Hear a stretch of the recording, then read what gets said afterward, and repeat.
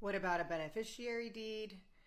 And this is in relation to the video on ladybird deeds trumping a will. So this comment is, what about a beneficiary deed? I believe you're probably referring to a transfer on death deed where you're able to name a beneficiary who the property transfers to upon the death of the owner of the property.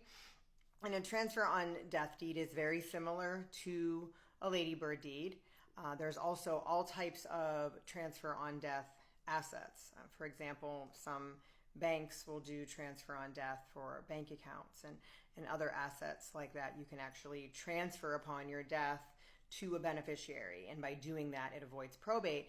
And the question is, does this type of deed, a transfer on death deed, or as the comments calling it, a beneficiary deed, trump a will?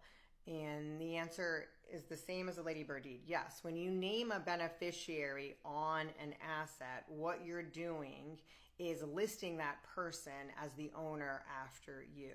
And it's an immediate transfer type of thing. So when you pass away, if you have an asset that has a beneficiary on it, that is where that asset goes, which is why it is so important to make sure, one, you know who you listed as beneficiaries on all your assets. So whether it's real property that has a transfer on death deed, or if you're in one of the states that permits a ladybird deed, or whether it's a bank account that might have a POD, payable on death designation, or another type of investment account that might just list a straight beneficiary. They're all different terms for beneficiary.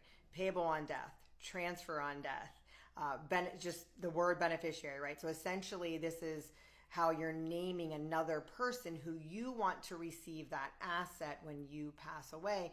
And this is an immediate thing. Legally, they become the owner once you pass away, regardless of what your will says. So you could essentially have listed someone as a beneficiary, forgot about it, put in your will that you want someone else to receive these same assets, but they're going to go to whoever's listed as the beneficiary.